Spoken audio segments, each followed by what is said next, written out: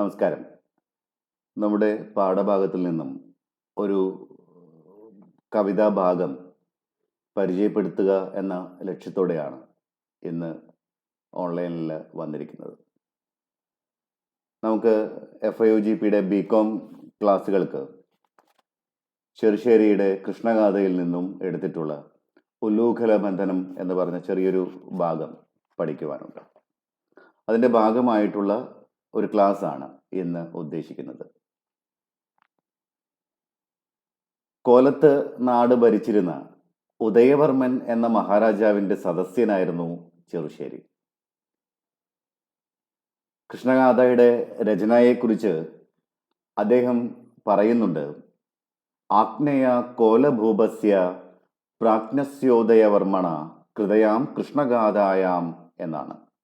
മലയാളത്തിൽ പാലാഴി മാതൂതാൻ പാലിച്ചു പോരുന്ന കോലാദിനാഥനുദയവർമ്മൻ ആജ്ഞയെ ചെയ്കയാൽ അജ്ഞനായുള്ള ഞാൻ പ്രാജ്ഞനെന്നിങ്ങനെ ഭാവിച്ചപ്പോൾ എന്ന് പറഞ്ഞുകൊണ്ടാണ് ഈ കൃഷ്ണഗാഥ ആരംഭിക്കുന്നത്. കൃഷ്ണഗാഥയുടെ രചനയെ സംബന്ധിച്ച് ഒരു കഥ അതും കൂടി ഒന്ന് സൂചിപ്പിച്ച് പോവാം. ഒരിക്കൽ ഉദയവർമ്മ മഹാരാജാവ് ചെസ്സ് ഈ ചൂത് കളിച്ചുകൊണ്ടിരിക്കുകയായിരുന്നു. അത് കളിക്കുന്ന സമയത്ത് അദ്ദേഹത്തിന് ഒന്നിനു പുറകെ ഒന്നായി തോൽവി സംഭവിച്ചുകൊണ്ടേയിരിക്കുകയാണ് ചതുരംഗം കളിച്ചുകൊണ്ടിരിക്കുന്ന സമയത്ത്. അപ്പോൾ ആ ചതുരംഗത്തിൽ ഇങ്ങനെ നീക്കിയ ഓരോ കരുക്കൾ നീക്കുമ്പോഴും പരാജയം തന്നെ സംഭവിച്ചുകൊണ്ടിരിക്കുക. ആ സമയത്താണ് രാജാവിൻ്റെ പത്നി അകത്ത് തൊട്ടിലിൽ കുട്ടിയെ ഉറക്കുന്ന രീതിയിൽ ഒരു താരാട്ടുപാട്ട് പാടുന്ന പോലെ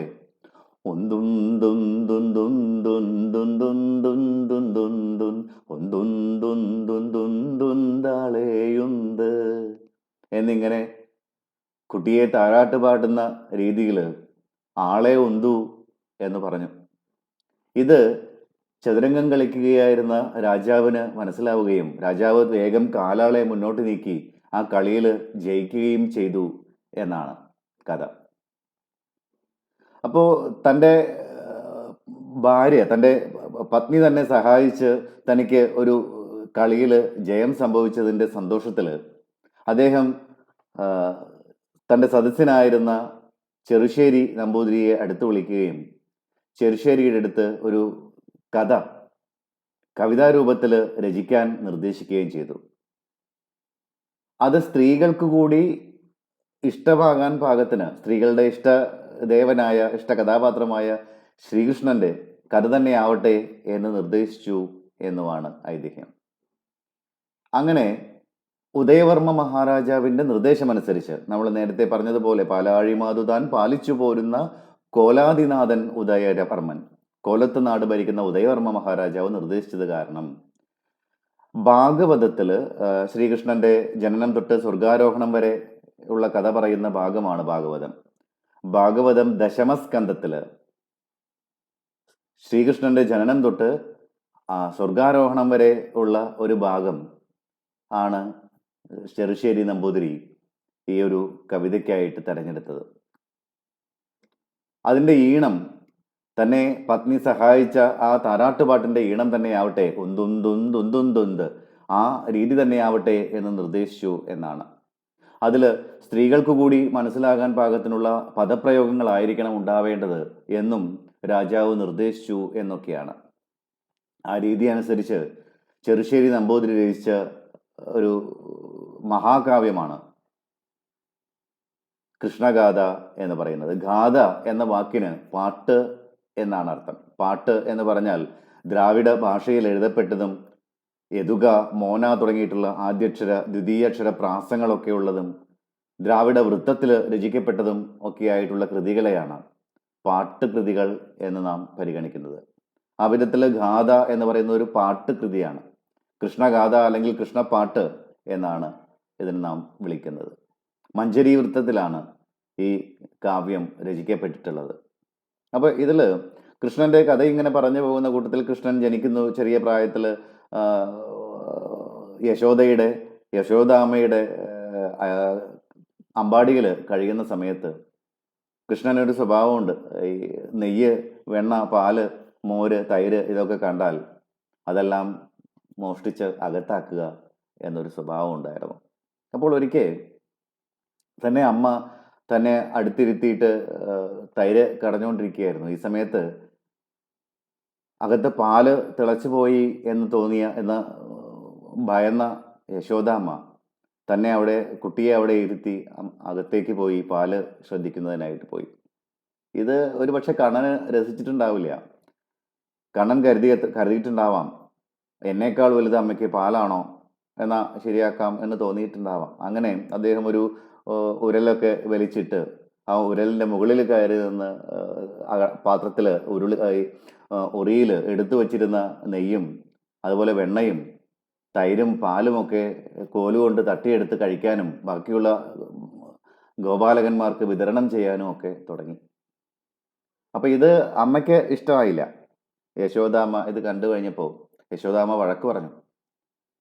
അങ്ങനെ യശോദാമ്മ വഴക്ക് പറയുകയും ഒരു ഉരലിൽ പിടിച്ച് കെട്ടിയിടുകയൊക്കെ ചെയ്തു. അതാണ് ഉല്ലൂഖല ബന്ധനം. ഉല്ലൂഖലം എന്ന് പറഞ്ഞാൽ ഉരലിൽ പിടിച്ച് കെട്ടിയിട്ടു. എന്നിട്ട് യശോദാമ്മ പോയി. ഈ സമയത്ത് ഈ ഉരലും വലിച്ചുകൊണ്ട് കണ്ണൻ മുന്നോട്ട് നടന്നു. എന്നിട്ട് വിശപ്പ് സഹിക്കാൻ വയ്യാതായി നെയ്യും ഇതെല്ലാം മോഷ്ടിച്ചതിൻ്റെ ഒപ്പം കുറച്ച് മണ്ണും കൂടെ എടുത്ത് തിന്നു. അപ്പോൾ ഗോപാലകന്മാരെല്ലാം കൂടെ കളിച്ചിരുന്ന എല്ലാവരും യശോദാമ്മയുടെ അടുത്തേക്ക് ഓടിയിട്ട് ചെന്ന് പറഞ്ഞു, അമ്മേ, യശോദാമ്മേ, ഇതാ കണ്ണൻ മണ്ണ് വാരി തിന്നണു എന്ന് പറഞ്ഞു. അപ്പോൾ വഴക്ക് പറയാനായിട്ട് യശോദാമ്മ വരിക. എന്നിട്ട് കണ്ണനോട് ചോദിക്കുക, നീ എന്തിനാ ഇങ്ങനെ മണ്ണൊക്കെ വാരി തരുന്നത്? നിനക്ക് ഞാൻ എന്താ ഇവിടെ കുറവ് തരുന്നത്? നെയ്യ്, പാല്, വെണ്ണ ഒക്കെ ഞാൻ തരുന്നില്ലേ ആവശ്യത്തിന്? തൈരും വെണ്ണയും പാലും ഒക്കെ തരുന്നില്ലേ? അപ്പം മറ്റുള്ളവർ കേട്ടാൽ എന്താ വിചാരിക്കുക, അറിഞ്ഞാൽ എന്താ വിചാരിക്കുക? ഞാനിവിടെ ഒന്നും നിനക്ക് തിന്നാൻ തരുന്നില്ല എന്നല്ലേ വിചാരിക്കുക എന്നൊക്കെ ഒരു പക്ഷേ യശോദാമ്മ ഒരു ഗ്രാമ്യമായ രീതിയിൽ കണ്ണനെ ശാസിച്ചിരിക്കാം. അങ്ങനെ കണ്ണൻ പറഞ്ഞു, ഇല്ല അമ്മ, ഞാൻ മണ്ണൊന്നും കഴിച്ചിട്ടില്ലേ, അവർ വെറുതെ പറയണതാ. ഇനി അവർ പറയണതാ വിശ്വാസമെങ്കിൽ ഞാൻ വാ വളർന്ന് കാണിച്ചു തരാം, അമ്മ നോക്കിക്കോളൂ എന്ന് പറഞ്ഞു. അങ്ങനെ യശോദാമ്മയുടെ മുന്നിൽ വാ തുറന്ന് കാണിച്ച കണ്ണൻ്റെ വായിൽ മണ്ണുണ്ടോ എന്ന് പരിശോധിക്കാനായിട്ട് യശോദാമ്മ സൂക്ഷിച്ചു നോക്കിയപ്പോൾ അതിൽ മണ്ണ് കണ്ടു. മണ്ണ് മാത്രമല്ല, അതിൽ ഭൂമി കണ്ടു, പ്രപഞ്ചം കണ്ടു, ഈ 14 ലോകവും കണ്ടു. അമ്പാടിയെ കണ്ടു, അമ്പാടിയിൽ കണ്ണനെ കണ്ടു, കണ്ണനെ നോക്കി നിൽക്കുന്ന തന്നെയും കണ്ടു ഈ വായ്ക്കകത്ത്. അപ്പോൾ ഇത്തരത്തിൽ ആ ഉല്ലൂഖല ബന്ധനം, ഉരലിൽ കെട്ടിയിടുന്നതും അമ്മ മണ്ണ് ഭക്ഷിച്ചതിന് ശാസിക്കുന്നതുമൊക്കെ ആയിട്ടുള്ള ഒരു ഭാഗം നമുക്ക് പഠിക്കാനുള്ള ഉല്ലൂഖല ബന്ധനം എന്ന് പറയുന്ന ഒരു അധ്യായ ഭാഗത്തിൽ കാണാം. അപ്പം നമുക്ക് ആ വരികളൊക്കെ ഒന്ന് പരിചയപ്പെടാം. ഈ പ്രാരംഭമായിട്ടുള്ള ഒരു കഥ ഒന്ന് പറഞ്ഞു വെച്ചു എന്ന് മാത്രമേ ഉള്ളൂ. അപ്പോൾ ഇനി നമുക്ക് വരികളിലൂടെ ഒന്ന് പോയി നോക്കാം. ഇവിടെ നാം സൂചിപ്പിക്കേണ്ടായി, മണ്ണ് വാരി തിന്നു, കുട്ടികൾ ചെന്ന് പറയുകയാണ് കണ്ണൻ മണ്ണ് വാരി തിന്നിട്ടുണ്ട് എന്ന് പറയുന്ന ആ ഒരു ഭാഗം തൊട്ടാണ് നമുക്ക് പഠിക്കാനുള്ളത്. അപ്പോൾ വായിച്ചു തുടങ്ങാം. ചങ്ങാതിമാരായ ബാലകന്മാരും മങ്ങാതെ നിന്നുള്ള രാമനുമായി പൂഴിച്ചോറാടിക്കളിച്ചു നിന്നിടിനാൻ ആഴിപ്പെണ്ണാളും അക്കാർവർണ്ണൻ താൻ. മണ്ണു തിന്നിടിനാൻ കണ്ണൻ എന്നിങ്ങനെ തിണ്ണം പോയി ചെന്നിട്ട ധാരകന്മാർ മാതാവോടായിട്ട് ചൊല്ലി നിന്നിടിനാർ. മാതാവ് താനതു കേട്ട നേരം ഓടിച്ചെന്നങ്ങവൻ ചാരത്തു ചെഞ്ചമ്മേ പേടിപ്പിച്ചിടുവനായി ചൊന്നാൾ. എന്താ?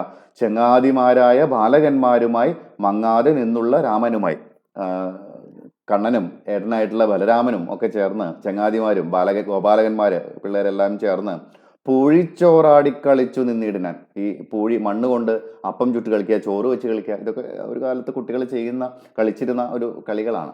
അപ്പം അത്തരത്തിലുള്ള കളികൾ കണ്ണനും കളിച്ചിരുന്നു. കണ്ണനും ബലരാമനും അതുപോലെ ബാലകന്മാരും എല്ലാം ചേർന്ന് ഈ ചോറ് കൂട്ടാനും വെച്ച് കളിക്കുക, അതൊക്കെ കഴിച്ചു. പൂഴിച്ചോറാടി കളിച്ചു നിന്നിടിനാൻ, പൂഴി കൊണ്ട് ചോറ് വെച്ച് കളിച്ച് ആ സമയത്ത് ആഴിപ്പെണ്ണാളും ആ കാർവർണ്ണൻ താനും.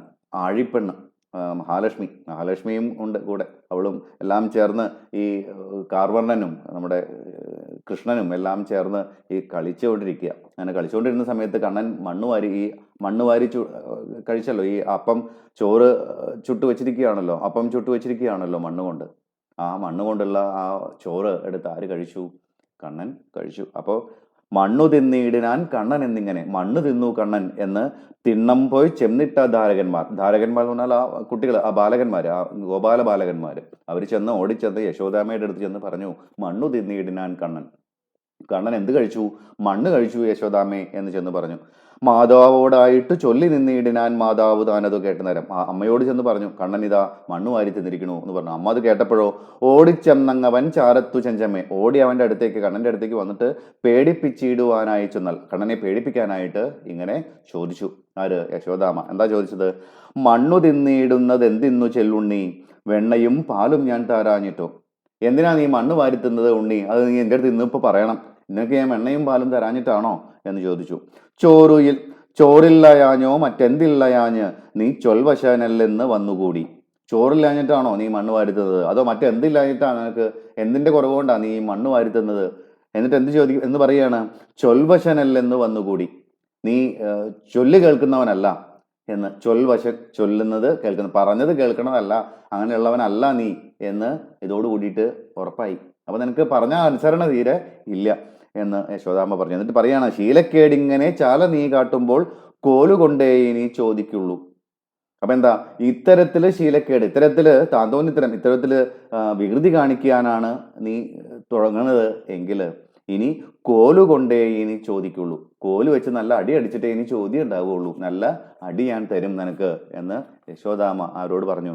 കണ്ണനോട് പറഞ്ഞു. അപ്പൊ കണ്ണൻ, അമ്മ താൻ ഇങ്ങനെ ചൊന്നതു കേട്ടുള്ളൂ ഒരംബുജലോചനൻ താനും ചൊന്നാൻ. അമ്മ ഇങ്ങനെ തന്നെ വഴക്ക് പറയണത് കേട്ട് കഴിഞ്ഞപ്പോ ആ അംബുജലോചനനായിട്ടുള്ള നമ്മുടെ കണ്ണൻ എന്തു പറഞ്ഞു? ഇപ്രകാരത്തില് പറഞ്ഞു, വെണ്ണയും കൈവിട്ടു മണ്ണു തിന്നീല ഞാൻ നിർണയിച്ചാലും മിച്ചൊന്നതമ്മേ. അമ്മേ, ഒരു കാര്യം ഞാൻ പറയാം, വെണ്ണ ഉപേക്ഷിച്ചിട്ട് മണ്ണ് ഞാൻ തിന്നിട്ടേ ഇല്ല. അതങ്ങോട്ട് ഉറപ്പിച്ചോളൂ അമ്മ എന്ന് പറഞ്ഞു. ബാലന്മാർ ചൊന്നതു നിർണയമെങ്കിലോ വാ പിളർന്നിടാം നിൻ മുമ്പിലെ ഞാൻ. അതല്ല, ഞാൻ പറയണതല്ല അമ്മയ്ക്ക് നിശ്ചയം, അമ്മയ്ക്ക് ഉറപ്പ്. ബാലകന്മാർ പറഞ്ഞതാണ് അമ്മയ്ക്ക് വിശ്വാസം, അമ്മയ്ക്ക് ഉറപ്പ് എങ്കിൽ ഞാൻ അമ്മയുടെ മുന്നിൽ വാ പിളർന്ന് കാണിക്കാം. അമ്മ തന്നെ നോക്കിക്കോളൂ, ഞാൻ മണ്ണ് ഭക്ഷിച്ചിട്ടുണ്ടോ എന്ന് നോക്കിക്കോളൂ എന്ന് പറഞ്ഞു. എന്നിട്ട് അപ്പോൾ അമ്മയുടെ മുന്നിൽ വാ പിളർന്ന് കാണിക്കാം എന്ന് പറഞ്ഞപ്പോൾ നമ്മുടെ യശോദാമ്മ പറയാണ്, വാ പിളർന്നിടു നീ എന്ന വഴിച്ചൊൽകയാൽ വാ പിളർന്നിടിനാൻ ബാലനപ്പോൾ. എന്നാ വാ പിളർന്ന് കാണിക്കുക, വാ തുറന്ന് കാണിക്ക് എന്ന് യശോദാമ്മ പറഞ്ഞപ്പോൾ, എന്നാൽ ശരി ഞാനിതാ വാ തുറന്ന് കാണിക്കാം എന്ന് കണ്ണൻ വാ തുറന്ന് കാണിച്ചു. മണ്ണിനെ കാൺമാനം മാതാവ് താനപ്പോൾ കണ്ണൻ തൻ വായിലേ നോക്കും തരം. ആ വായിൽ മണ്ണുണ്ടോ എന്ന് നോക്കാനായിട്ട് അമ്മ എന്ത് ചെയ്തു? കണ്ണന്റെ വായിലേക്ക് ഇങ്ങനെ ഉറ്റു നോക്കി. അപ്പൊ എന്ത് കണ്ടു അമ്മ? മണ്ണെല്ലാം അങ്ങവൻ വായിലേക്കാണായി. അവന്റെ വായിൽ നിറച്ച് മണ്ണ് കാണാനായി. പിന്നെയോ മണ്ണിനെയല്ലവൾ വിണ്ണും കണ്ടാൾ. മണ്ണ് മാത്രമല്ല, അവൾ എന്തും കണ്ടു? ഈ ഭൂമിയെ തന്നെ കണ്ടു. ഭൂമി തന്നെ വായിക്കകത്ത് കണ്ടു. വിണ്ണിനെ കാണുകയാൽ വിസ്മയം പൂണ്ടവൾ പിന്നെയും ചെഞ്ചമ്മയെ നോക്കും തരം. ഈ കണ്ണന്റെ വായിൽ ഭൂമി കണ്ടു കഴിഞ്ഞപ്പോൾ ഒരു ആശ്ചര്യം ഉണ്ടായി അമ്മയ്ക്ക്. അപ്പൊ അമ്മ ഒന്നും കൂടെ സൂക്ഷിച്ചു നോക്കിയപ്പോഴോ മറ്റുള്ള ലോകങ്ങളൊക്കവേ കാണായി. മറ്റുള്ള ലോകങ്ങളൊക്കെ, ഈ 14 ലോകങ്ങളും എവിടെ കാണാൻ തുടങ്ങി? ഈ കണ്ണന്റെ വായിക്കകത്ത് കാണാൻ തുടങ്ങി എന്നാണ്. പിന്നെയോ മറ്റുള്ള ലോകങ്ങളൊക്കെ കാണായി തെറ്റെന്ന പൈതൽ തൻ വായിൽ തന്നെ. പെട്ടെന്ന് ആ പൈതലിന്റെ, ആ കുട്ടിയുടെ വായിൽ ഈ 14 ലോകങ്ങളെയും കാണാനായിട്ട് അമ്മയ്ക്ക് സാധിച്ചു. ഏതൊക്കെയാ കണ്ടത് അമ്മ? പാതാള ലോകവും വേതാള ലോകവും. പാതാള ലോകം കണ്ടു, വേതാള ലോകം കണ്ടു, ധാതുവിൻ ലോകവും കൂടെ കണ്ടാൽ ധാതു ലോകവും കണ്ടു. ഇങ്ങനെ എല്ലാ ലോകവും കണ്ടു എന്നുള്ളതാണ്. ആഴികൾ കാണായി ദാശകൾ തോറുമുള്ള ആനകൾ തന്നെയും കാണായപ്പോൾ. ആഴികൾ, സമുദ്രങ്ങൾ കാണാൻ തുടങ്ങി. വലുതായ ആശാപാശങ്ങൾ, ആശ കാണാൻ തുടങ്ങി. പിന്നെയോ ആകാശം കാണായി ആദിത്യന്മാരെയും. ആകാശം കണ്ടു, ആദിത്യന്മാര്, കാർമുകിൽ മാലയും താരങ്ങളും മാമേരു മുമ്പായ ശൈലങ്ങളുമെല്ലാം അമ്മായ പൈതൽ തൻ വായിൽ കണ്ടാൽ. കാർമുകിൽ മാല, വലിയ കാർമേഘങ്ങൾ കണ്ടു. പിന്നെന്ത് കണ്ടു? താരങ്ങള്, നക്ഷത്രങ്ങളെ കണ്ടു. മാമേരു മുമ്പായ ശൈലങ്ങള്, മഹാമേരു തുടങ്ങിയിട്ടുള്ള വലിയ വലിയ പർവ്വതങ്ങള്, അതും ആരുടെ വായിൽ കാണാൻ തുടങ്ങി? നമ്മുടെ കണ്ണന്റെ വായിൽ കാണാൻ തുടങ്ങി. ആ മായ പൈതൽ, ആ മായ കാണിക്കുന്ന പൈതലിന്റെ വായിൽ കാണാൻ തുടങ്ങി. ബ്രഹ്മനെ കാണായി, വിഷ്ണുവെ കാണായി, നന്മുനിമാരെയും കാണായി വന്നു.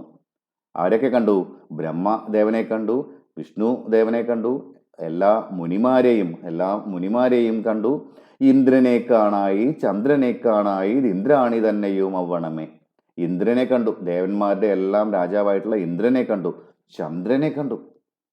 ചന്ദ്രനെ കണ്ടു. പിന്നെയോ ഇന്ദ്രാണിയെയും കണ്ടു. ഇന്ദ്രാണി എന്ന് പറയുന്നത് ദേവേന്ദ്രന്റെ ഭാര്യ. ഇന്ദ്രാണിയും കണ്ടു, ഇന്ദ്രാണിയെയും കണ്ടു. പിന്നെയോ രുദ്രനെ കാണായി, ഭദ്രനെ കാണായി, രുദ്രാണി തന്നെയും കാണായി. രുദ്രനെ കണ്ടു, ഭദ്രനെ കണ്ടു, രുദ്രന്റെ ഭാര്യ രുദ്രാണിയെ കണ്ടു.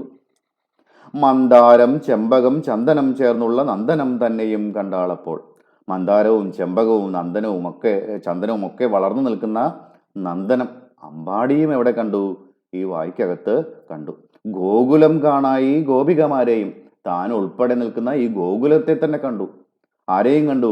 ഗോപികമാരെയും. ഗോപികമാരെന്ന് പറഞ്ഞാൽ ഗോപസ്ത്രീകളെയും കണ്ടു. ഗോപന്മാർ നിന്നതും കാണായപ്പോൾ. തൻ്റെ അടുത്ത് കണ്ണൻ ഇതാ മണ്ണ് തിന്നു അമ്മേ എന്ന് വിളിച്ച് പറഞ്ഞ് അടുത്തെത്തിയ ഗോപബാലകന്മാരെയും വായ്ക്കകത്ത് ആര് കണ്ടു? ഈ അമ്മ കണ്ടു, കണ്ണന്റെ വായ്ക്കകത്ത് കണ്ടു. പിന്നെയോ ധന്യനായുള്ളൊരു നന്ദനെ കാണായി, തന്നെയും കാണായി തന്നെ അവണ്ണമേ. ഈ വാ പിളർന്നു നിൽക്കുന്ന നന്ദനെ, കണ്ണനെ കണ്ണന്റെ വായ്ക്കകത്ത് തന്നെ കണ്ടു. ആ വായ്ക്കകത്തേക്ക് നോക്കി നിൽക്കുന്ന തന്നെയും എവിടെ കണ്ടു? ആ കണ്ണന്റെ വായ്ക്കകത്ത് യശോദാമ്മ കണ്ടു. പിന്നെയോ വായും പിളർന്നു തൻ ചാരത്ത് നിന്നോരും മാമയൻ തന്നെയും കാണായപ്പോൾ. വാ പിളർന്ന് തൻ്റെ അടുത്ത് തന്നെ നിൽക്കുകയായിരുന്ന ഈ കണ്ണനെയും കണ്ടു. ആര്? അമ്മ. പിന്നെയോ അന്തകൻ തന്നെ മന്ദിരം കാണായി, അന്തകൻ തന്നെയും അവണ്ണമേ. അന്തകൻ തന്നെ യമദേവന്റെ മന്ദിരം കാണാൻ തുടങ്ങി. യമദേവനെയും കണ്ടു. അന്തകൻ തന്നെ ആനനം കണ്ടപ്പോൾ അന്തമില്ലാതോളം പേടിയായി. യമദേവന്റെ മരണത്തിന്റെ ദേവനായിട്ടുള്ള യമദേവന്റെ അന്തകന്റെ വാ പിളർന്നിട്ടുള്ള ആ നിൽപ്പ് കണ്ടു കഴിഞ്ഞപ്പോൾ അന്തമില്ലാതോളം പേടിയായി. വളരെ അങ്ങേയറ്റം ആർക്ക് പേടിയായി? അമ്മയ്ക്ക് പേടിയായി. കണ്ണുമടച്ചു വിറച്ചു നിന്നിടിനാൻ കണ്ണാ കാൺവേണ്ട എന്നോതി. വേഗം പെട്ടെന്ന് കണ്ണടച്ചു പേടിച്ചിട്ട് യശോദാമ്മ. എന്നിട്ട് പറഞ്ഞു, കണ്ണാ കാണവേണ്ട, എനിക്ക് കാണണ്ട ഇനി. കണ്ണടച്ച് ഭയന്ന് ആര് നിന്നു?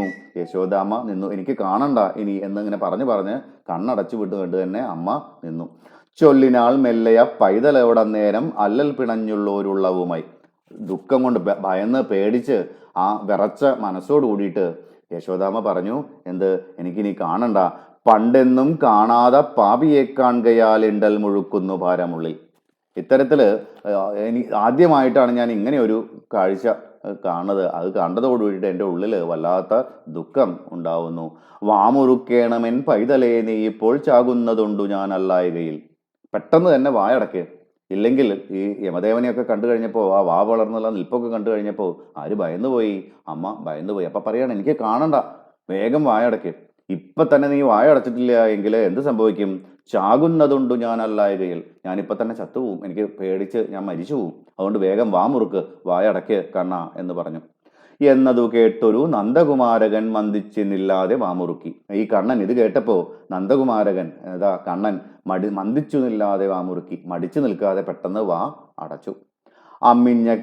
അമ്മിഞ്ഞിക്കായിട്ടണഞ്ഞു ചെന്നിടിനാൻ അമ്മ തൻ ചാരത്തു കൊഞ്ചി. എന്നിട്ട് ഒന്നും സംഭവിച്ചിട്ടില്ലാത്തതുപോലെ ഈ പ്രപഞ്ചത്തെയും ഈ 14 ലോകത്തെയും ഭൂമിയും പാതാളവും സ്വർഗവും എല്ലാം താൻ ഉൾപ്പെടെ എല്ലാം വായിൽ കാണിച്ച് നിന്നിട്ടും ഈ വാമുറുക്കിയപ്പോൾ, വാ അടച്ചു കഴിഞ്ഞപ്പോൾ ഒന്നും സംഭവിച്ചിട്ടില്ലാത്ത പോലെ, ഒരു ചെറിയ പൈതലിനെ പോലെ എനിക്ക് അമ്മിഞ്ഞ് തരൂ അമ്മേ, എനിക്ക് ദാഹിക്കുന്നു അമ്മേ എന്ന് പറഞ്ഞിട്ട് അമ്മയുടെ അടുത്തേക്ക് ചെന്ന് കൊഞ്ചി അമ്മയുടെ അടുത്ത് നിന്നു. വന്നണഞ്ഞിടുന്ന ബാലനെ കണ്ടപ്പോൾ നന്ദവിലാസിനി മന്ദിയാതെ മെല്ലെന്നെടുത്തു പുണർന്നു നിന്നിടിനാൻ പല്ലവ വെല്ലുമ പൂവലങ്കം. അങ്ങനെ തൻ്റെ മുന്നിൽ കൊഞ്ചിക്കൊണ്ട്, എനിക്ക് വിശക്കുന്നു, എനിക്ക് ദാഹിക്കുന്നു, എനിക്ക് മുലപ്പാല് തരൂ, എനിക്ക് അമ്മിഞ്ഞ പാല് തരൂ അമ്മേ എന്ന് പറഞ്ഞുകൊണ്ട് യശോദയുടെ മുന്നിൽ വന്ന് കൊഞ്ചി നിന്ന് കഴിഞ്ഞ ആ കണ്ണനെ ഒട്ടും മടിക്കാതെ യശോദാമ്മ എന്ത് ചെയ്തു?